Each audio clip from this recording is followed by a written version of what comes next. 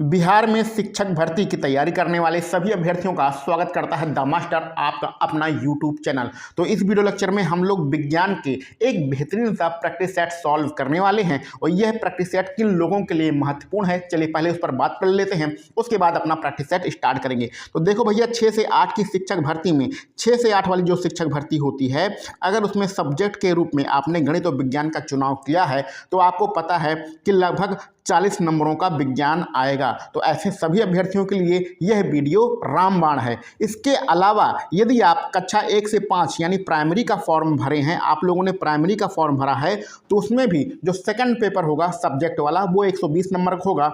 अगर आपने 6 से 8, देखिए 6 से 8 में जो आपका सेकंड पेपर होगा सामान्य अध्ययन का, उसमें भी जो 40 नंबरों का पेपर होगा उसमें भी विज्ञान आएगा। इसी प्रकार 9 से 10 और 11 से 12 सब में जो 40 नंबरों का पेपर होगा उसमें विज्ञान आएगा। तो अगर आप लोगों ने गणित विज्ञान विषय का चुनाव किया है तो आपका विज्ञान 2 जगह पर आएगा। पहला तो सब्जेक्ट वाले पेपर में लगभग 40 नंबरों का विज्ञान आएगा और दूसरा जो सेकंड पेपर है सामान्य अध्ययन वाला जो कि 40 नंबरों का होगा उसमें भी विज्ञान आएगा। तो कहने का सीधा सीधा मतलब ये है कि कक्षा 1 से लेकर 12 तक आपने कोई भी फॉर्म भरा हो सभी में विज्ञान आएगी, ठीक है। और अगर आप लोगों ने 6 से 8 में गणित और विज्ञान विषय का चुनाव किया है तो विज्ञान अलग से आएगी जो कि लगभग 40 नंबरों की होगी।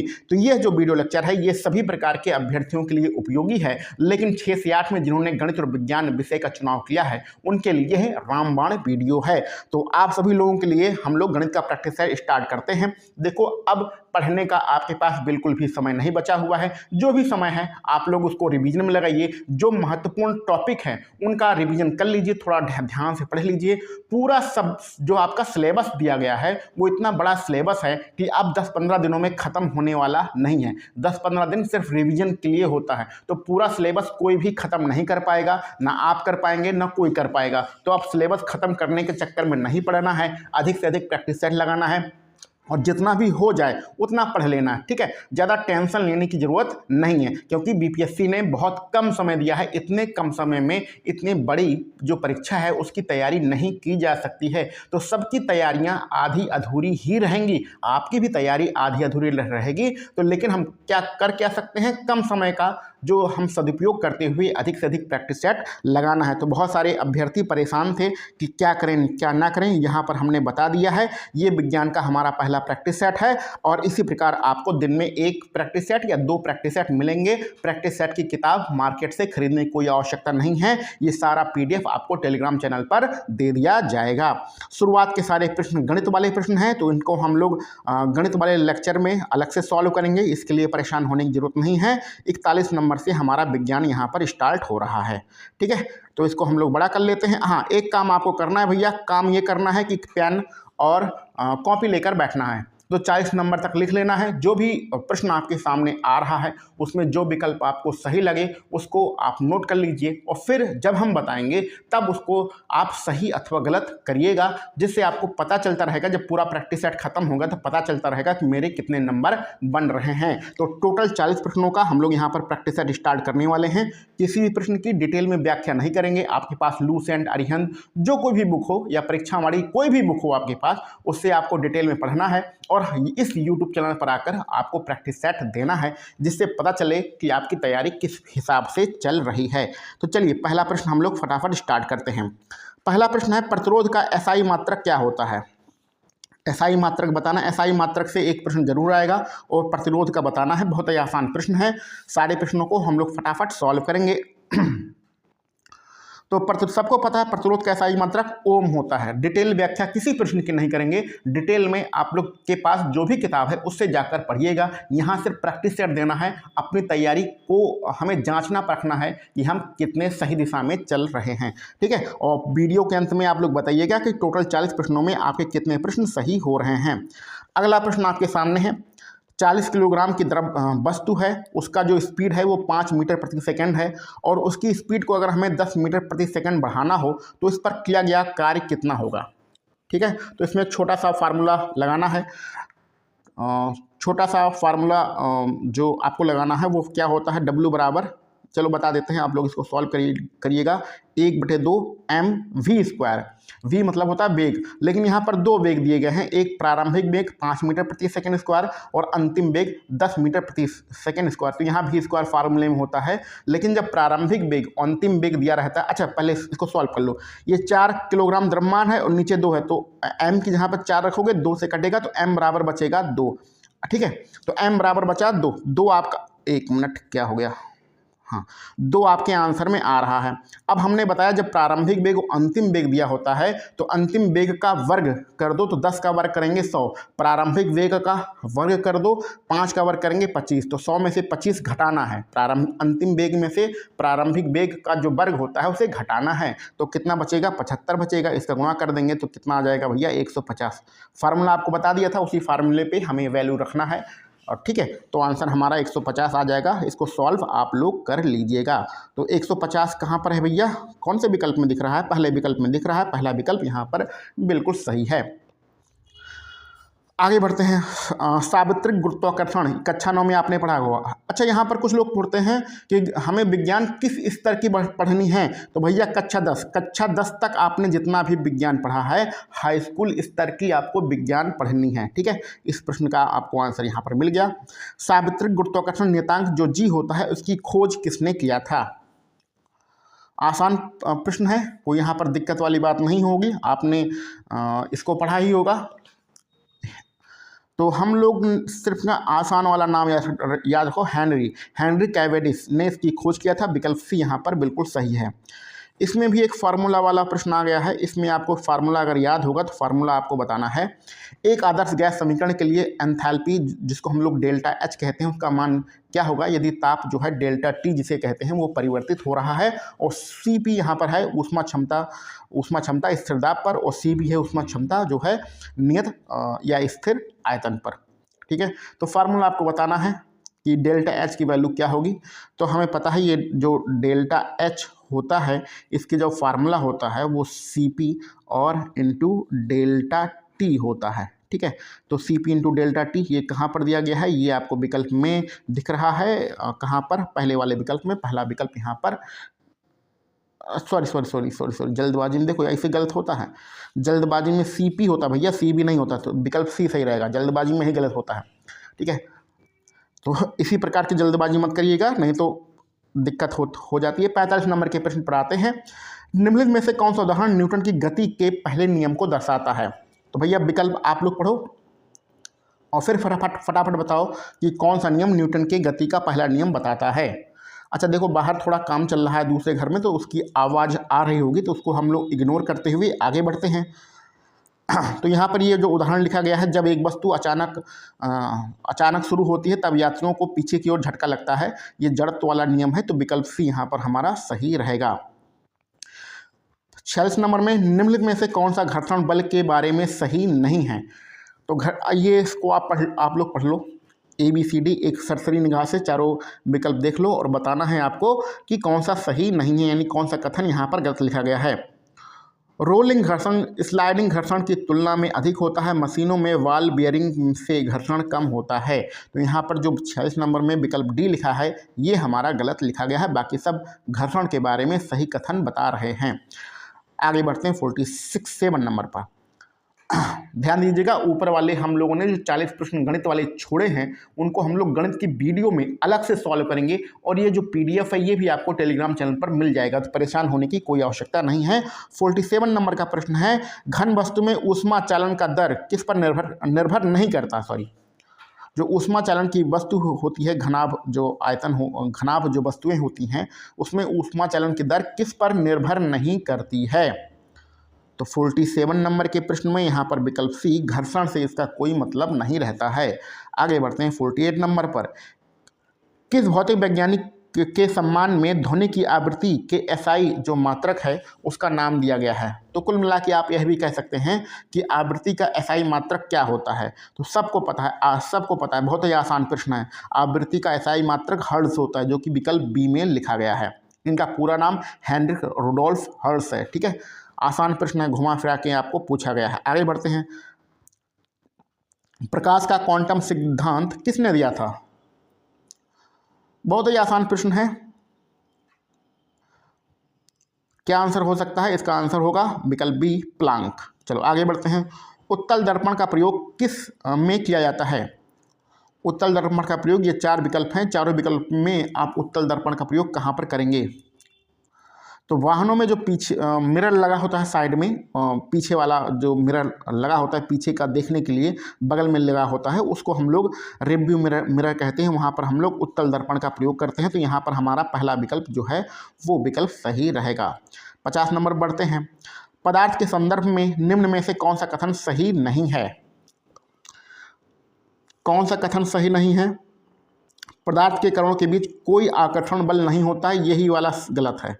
यही वाला गलत, पहला वाला ही हमें मिल गया। ठीक है, तो पहला वाला ही गलत है, यानी कि यही प्रश्न का आंसर रहेगा। चलो आगे बढ़ते हैं। निम्न तत्वों में अर्धधातुओं के सही युग्म का चयन करिए। चलो, अर्धचालक जिसे कहते हैं, अर्धचालक कौन कौन से होते हैं? तो इनका भी आंसर रटा है, सभी बच्चों को रटा ही होगा। सिलिकॉन और जर्मेनियम हमारे अर्धचालक होते हैं। आगे बढ़ते हैं। एक तत्व के आइसोटोप जो है उसकी द्रव्यमान संख्या 298 है। ठीक है, और नाभिक में 196 न्यूट्रॉन है। तो परमाणु संख्या क्या होगी ये आपको बताना है। तो आपको पता है द्रव्यमान संख्या जो होती है वो न्यूट्रॉन और प्रोटॉन को मिलकर बनती है, और हमें प्रोटॉन को ही हम परमाणु क्रमांक कहते हैं अथवा परमाणु संख्या कहते हैं। परमाणु संख्या, परमाणु क्रमांक एक ही चीज़ होती है।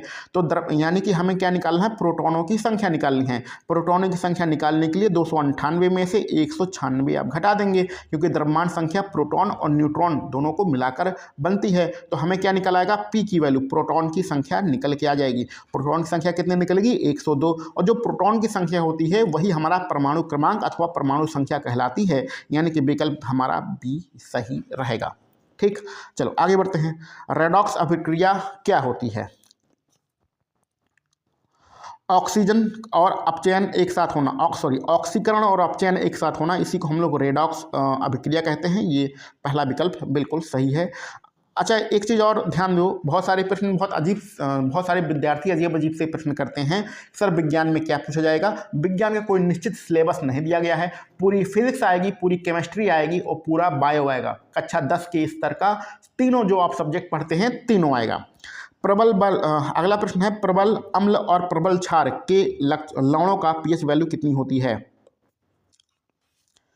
तो क्या आंसर होगा?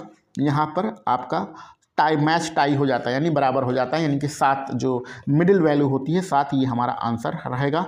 56 नंबर में निम्न तत्वों के उनके धात्विक लक्षणों के आधार पर अवरोही क्रम में रखने से प्राप्त होने वाले विकल्प का चयन करिए। तो धात्विक लक्षण का इसमें विकल्प बताना है, ये तो थोड़ा सा दिक्कत भरा प्रश्न हो गया, लेकिन इसका आंसर जान लीजिए। पहले नंबर पे क्या रहेगा? Na रहेगा, दूसरे नंबर पे Mg रहेगा, और फिर एल्युमिनियम, फिर सिलिकॉन, फिर Cl कैल्शियम। तो ये आपका क्रम रहेगा, यानी कि यहाँ पर आपका जो पहला विकल्प है ये वाला विकल्प आपका सही रहेगा। ठीक है, इस प्रकार के प्रश्न रटना मुश्किल होता है, चलो कोई बात नहीं। निम्न में से किसका प्रयोग पीने के पानी को कीटाणु रहित करने के लिए किया जाता है? तो पीने के पानी को कीटाणु से बचाने के लिए हम लोग कुएं और जो तालाब में होता है, कुएं का पानी तो बहुत कम लोग पीते हैं, लेकिन जब पीते थे तो वहाँ पर हम लोग ब्लीचिंग पाउडर का घोल मिलाते थे। ठीक है, तो विकल्प डी यहाँ पर सही रहेगा। अगले प्रश्न में, कास्टिक सोडा का उपयोग कास्टिक सोडा का जो उपयोग है वो इन चारों विकल्पों में से किस में नहीं कर सकते हैं? तो कास्टिक सोडा से अमोनिया नहीं बनाया जा सकता है, विकल्प यहाँ पर डी हमारा सही रहेगा। आगे बढ़ते हैं 59 नंबर के प्रश्न पर। प्लास्टर ऑफ पेरिस के बारे में कौन सा कथन गलत है? चलो बताते हैं कौन सा कथन गलत है। पहला, इसका उपयोग टूटी हुई हड्डियों को सेट करने के लिए किया जाता है। ठीक है, जो प्लास्टर बांधा जाता है वो इसी का बांधा जाता है, ये तो सही है। ये तो पहला वाला विकल्प सही है। दूसरा, इसका उपयोग पेंटिंग से पहले सतहों को चिकना बनाने के लिए किया जाता है, ये भी सही है। इसे कैल्शियम सल्फेट डाइहाइड्रेट के नाम से भी जाना जाता है। तो ये जो है, ये जो आप तीसरा विकल्प पढ़ रहे हैं, कैल्शियम सल्फेट डाइहाइड्रेट के नाम से भी जाना जाता है, ये विकल्प हमारा क्या है? कथन है गलत। तो यही है इस प्रश्न का आंसर रहेगा, विकल्प सी वाला। ठीक है, विकल्प सी इसका आंसर रहेगा भैया। आसान प्रश्न है। आसान क्या है, थोड़ा दिक्कत ही है, इतने कम समय में क्या क्या पढ़ा जाएगा। आगे बढ़ते हैं। जंगरोधी इस्पात निम्नलिखित में से कौन सा तत्व उपस्थित नहीं है? तो जंगरोधी जो इस्पात होता है उसमें कौन सा तत्व नहीं पाया जाता है? 60 नंबर के प्रश्न में क्या सही रहेगा? यहाँ पर हमारा निकिल, क्रोमियम, लोहा ये सब पाया जाता है, लेकिन टंगस्टन नहीं पाया जाता। विकल्प बी यहाँ पर हमारा सही रहेगा। ठीक है, चलो आगे बढ़ते हैं। अच्छा, इसका पूरा नाम आप लोग जानते हैं, प्लास्टर ऑफ पेरिस का पूरा नाम भी बहुत बार, हजारों बार पेपर में पूछा गया, हजारों बार पेपर में पूछा गया है। ठीक है, इसका पूरा नाम आप लोग जानते हैं। ये जो हमने कह दिया कैल्शियम सल्फेट हाइड्रेट, ये तो गलत है, लेकिन असली नाम क्या है इसका? Calcium sulphate hemihydrate. तो ठीक है, डाई नहीं हेमी, तो यहाँ डाई नहीं होता, यहाँ हेमी होता है। हेमी हाइड्रेट इसका जो नाम होता है, रासायनिक नाम, और CaSO4 इंटू हाफ H2O ये इसका फार्मूला होता है। ये फार्मूला और नाम जो प्लास्टर ऑफ पेरिस का हजारों बार पेपर में पूछा गया है। ठीक है, 61 नंबर पर चलते हैं। लसिका आंतों में पचित और अवशोषित का परिवहन करती है। तो लसिका किसका परिवहन करती है? तो लसिका जो है होता है बसा का परिवहन करती है। बसा को पचाने का मुख्य रूप से काम करती है लसिका, मतलब जो लार वगैरह सब होती हैं। आगे बढ़ते हैं। लार एंजाइम के पाचन में मदद करता है। तो लार एंजाइम किसके पाचन में मदद करता है? तो हमारा जो लार एंजाइम होता है वो स्टार्च के पाचन में मदद करता है। आपका विकल्प डी यहाँ पर सही रहेगा। मानव शरीर में बसा का पाचन मुख्यतः कहाँ पर होता है? तो जो बसा का पाचन होता है वो हमारा छोटी आंत से स्टार्ट हो जाता है। तो बसा का पाचन मुख्य रूप से छोटी आंतों में ही होता है। विकल्प सी आपका यहाँ पर सही रहेगा। आगे बढ़ते हैं। निम्न में से कौन सा पूरे शरीर में संचारित होता है और चोट वाले स्थान पर रक्त का थप्पा बनाने में मदद करता है और जो खून बहता है उसको बंद कर देता है? तो रक्त का थक्का कौन बनाता है? तो रक्त का जो थक्का होता है वो प्लेटलेट्स बनाते हैं। विकल्प ए यहाँ पर बिल्कुल सही रहेगा। आगे बढ़ते हैं। निम्न में से कौन सी मानव कोशिका अपने आकार को बदलने की क्षमता रखती है? तो आकार बदलने का जो गुण होता है वो होता है WBC के पास। विकल्प सी यहाँ पर सही रहेगा। आगे बढ़ते हैं, फटाफट आंसर देते जाना है आप सभी लोगों को। आंतरिक गति निर्धारक मानव शरीर के निम्नलिखित अंगों में से कहाँ स्थित होता है? ठीक है, 66 नंबर में सोच समझ के आंसर दीजिएगा। आंतरिक गति निर्धारक मानव शरीर के निम्नलिखित अंगों में से कहाँ पर स्थित होता है? ये रक्त की बात कर रहा है। तो रक्त की जो गति होती है वो दिल के कारण होती है, दिल की पंपिंग कारण, हृदय के कारण होती है। तो यहाँ पर हृदय हमारा आंसर रहेगा। ये हृदय नहीं दिया गया है, तो विकल्प बी यानी दिल पर टिक लगाते हैं। आगे बढ़ते हैं। किसका प्राथमिक कार्य मूत्र के उत्पादन से खून से अवशिष्ट पदार्थ का उन्मूलन करना है? तो खून से जो बेकार पदार्थ होते हैं उनको बाहर निकालने वाला जो काम करता है वो करता है वृक्क। ठीक है, जो मूत्र होता है उसकी छनाई का काम वृक्क के द्वारा ही होता है। आगे 68 नंबर में, खांसी और छींकने जैसी अनैच्छिक जो क्रियाएं होती हैं उन पर नियंत्रण कौन करता है? तो जैसे हम खांसी आ जाती है, छींक आ जाती है, तो ये किसके कारण होती हैं? तो ये होता है मज्जा के कारण। पहला वाला विकल्प यहाँ पर सही रहेगा। आगे बढ़ते हैं। अस्थि कोशिकाएं एक हार्ड मैट्रिक्स में अंतः स्थापित होती हैं जो कि किससे बना होता है? तो अस्थि मज्जाएं जो एक दूसरे से सटी होती हैं वो बना होता है कैल्शियम और फास्फोरस। तो ये आपका विकल्प डी यहाँ पर सही रहेगा। 7वें नंबर अगले प्रश्न में, निम्न में से किस खाद्य पदार्थ में आयरन सबसे ज़्यादा मात्रा में पाया जाता है? तो सबसे ज़्यादा मात्रा में यहाँ पर जो विकल्प दिया गया है उसके हिसाब से गुड़ में आयरन पाया जाएगा। आगे बढ़ते हैं। मेगालोब्लास्टिक एनीमिया किस विटामिन की कमी के कारण होता है? तो इसका आंसर क्या रहेगा? Megaloblastic anaemia. तो 71 नंबर के प्रश्न में जो हमारा आंसर होगा वो विटामिन B9 के कारण होगा। तो ठीक है, तो विटामिन B9 के कारण तो आपने जान लिया कौन सी बीमारी होगी। विटामिन B2 के कारण भी आपको पता ही है, त्वचा हमारे सर्दी के मौसम में त्वचा फट जाती है, होंठ फट जाते हैं, ये सारे विटामिन B2 की कमी कारण होते हैं। विटामिन C के कारण स्कर्वी होता है। विटामिन ए की कमी से रतौंधी नामक रोग होता है। तो ये सारी चीज़ें आप लोग याद रखिएगा, ये बहुत इंपॉर्टेंट प्रश्न होते हैं विटामिन वाले। विटामिन में से कौन सा विकल्प सुमेलित नहीं है? तो कौन सा विकल्प इसमें गलत लिखा गया है ये आपको बताना है। तो खसरा होता है जीवाणु के कारण, ये आपका विकल्प यहाँ पर गलत लिखा गया है। ठीक है। तो मलेरिया प्रोटोजोआ का कारण होता है, बिल्कुल सही है। जो टेटनस नाम की बीमारी होती है वो टेटानी एक जीवाणु होता है उसके कारण होती है, ये भी बिल्कुल सही है। टाइफाइड जो होता है वो हमारा जीवाणु कारण होता है, ये भी बिल्कुल सही है। लेकिन जो खसरा नाम का बीमारी होती है वो जीवाणु नहीं, वो वायरस फैलाता है, वायरस के कारण होता है, ठीक है। विटिकल्चर का संबंध किससे है? तो विटिकल्चर में हम लोग जो होते हैं वो अंगूर की खेती करते हैं, ठीक है। तो अंगूर की खेती, विकल्प सी यहाँ पर सही है। आसान प्रश्न है। केसीन एक प्रोटीन होता है, ये किसमें पाया जाता है? तो केसीन आप सभी लोग रोज पीते होंगे, उसी में पाया जाता है केसीन, और उसका नाम है दूध, ठीक है। आगे बढ़ते हैं 75 नंबर पे। निम्न में से किस जीव में लिंग का निर्धारण अनुवांशिक रूप से नहीं होता है? तो अनुवांशिक रूप से जो लिंग का निर्धारण नहीं होता है उस जीव का नाम है घोंघा। पहला वाला विकल्प हमारा सही है। 76 नंबर पे, निम्न में से कौन सा मोलास्का का उदाहरण नहीं है? तो मोलास्का जो संघ है उसका उदाहरण यहाँ पर सतपाद है, यहाँ पर आपका पहला वाला विकल्प बिल्कुल सही रहेगा। आगे बढ़ते हैं। निम्न में से किस पौधे को जड़ तना और पत्तियों में विभेदित नहीं किया जा सकता है? तो जड़ तना और पत्तियों के रूप में अलग अलग हम लोग नहीं कर सकते हैं, कौन सा विकल्प सही होगा? तो यहाँ पर आपका सी वाला जो विकल्प देख रहे हैं स्पायरोगायरा, यही आपका सही आंसर है। 78 नंबर में, निम्न में से किसे एक औषधीय पौधा माना गया है? तो बहुत ही आसान प्रश्न है, कौन सा इसमें दिक्कत की बात है? चलो आगे बढ़ें, नीम हमारा सही है, आगे बढ़ें। हाँ, आगे बढ़ते हैं। जड़ों की जल अवशोषित करने वाली अधिचर्मी कोशिकाओं में प्रायः लंबे रोमों द्वारा जो संरचनाएं होती हैं क्यों पाई जाती हैं? तो ये क्यों होता है? बहुत ही आसान प्रश्न है, क्योंकि इससे जो जो बड़े बड़े रेशे होते हैं वो पेड़ की वृद्धि में सहायक होते हैं। दूसरा जो पानी होता है वो ऊपर तक पहुंचता है। तो ये हमारा पहला वाला विकल्प सही रहेगा। अवशोषण के लिए उपलब्ध सतह क्षेत्र में वृद्धि करने के लिए ये सारी चीज़ें होती हैं। आगे बढ़ते हैं, आज का अपना आखिरी प्रश्न है। श्वसन के दौरान पत्तियों के किस भाग में प्रचुर मात्रा में गैसीय विनिमय होता है? तो पत्तियों के किस भाग में प्रचुर मात्रा में गैसीय विनिमय होता है? तो ये होता है रंध्र के माध्यम से, जो छोटे छोटे छेद होते हैं। पत्तियों में भी छोटे छोटे छेद होते हैं जो कि हमारी आंखों से नहीं दिखते हैं, ठीक है। तो उसको हम लोग रंध्र कहते हैं। तो उनके माध्यम से गैसीय विनिमय जो होता है सर्वाधिक मात्रा में होता है। तो इस प्रकार से आपका यहाँ पर टोटल 40 प्रश्नों का हम लोगों ने प्रैक्टिस सेट लगाया है। इन 40 प्रश्नों में आपके कितने प्रश्न सही हो रहे हैं कमेंट बॉक्स में ज़रूर बताइएगा।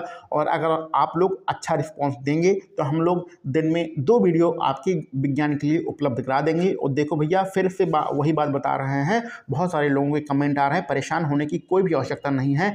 आपको पढ़ने के लिए समय नहीं मिला है तो किसी को भी पढ़ने के लिए समय नहीं मिला है। आपको कोशिश यही करनी है कि जो 120 नंबरों की मेरिट बननी है उसमें कम से कम 70 नंबर लेकर आना है, ठीक है। ये काम आपको करना है। एक 4 विकल्प, पिछली बार की तरह 5 विकल्प अब नहीं मिलेंगे, आपको 4 विकल्प ही मिलेंगे और नेगेटिव मार्किंग भी नहीं होगी। तो आपको तुक्का भी ज़बरदस्त लगाना है और कोशिश करनी है कि 60 नंबर 70 नंबर तो कम से कम ले आए। अगर 70 नंबर से आपके ज़्यादा आते हैं तो समझ लीजिए आपका सिलेक्शन 100% तय है, और 70 नंबर से कम रहते हैं थोड़ा दिक्कत होगी। लेकिन परेशान मत होइएगा, दिमाग को बिल्कुल फ्रेश रखिए। आपके पास पढ़ने का समय नहीं है तो किसी के पास भी पढ़ने का समय नहीं है। पूरा सिलेबस आप ख़त्म नहीं कर सकते हैं। जो टॉपिक आपको इम्पॉर्टेंट लगे उसको पढ़ लीजिए, उसको देख लीजिए और अधिक से अधिक प्रैक्टिस सेट लगाइए। बाकी के बचे हुए दिनों में आप लोग यही कर सकते हैं, ठीक है। तो चलिए मिलते हैं अगले वीडियो लेक्चर में। आप सभी लोगों को वीडियो देखने के लिए बहुत बहुत धन्यवाद।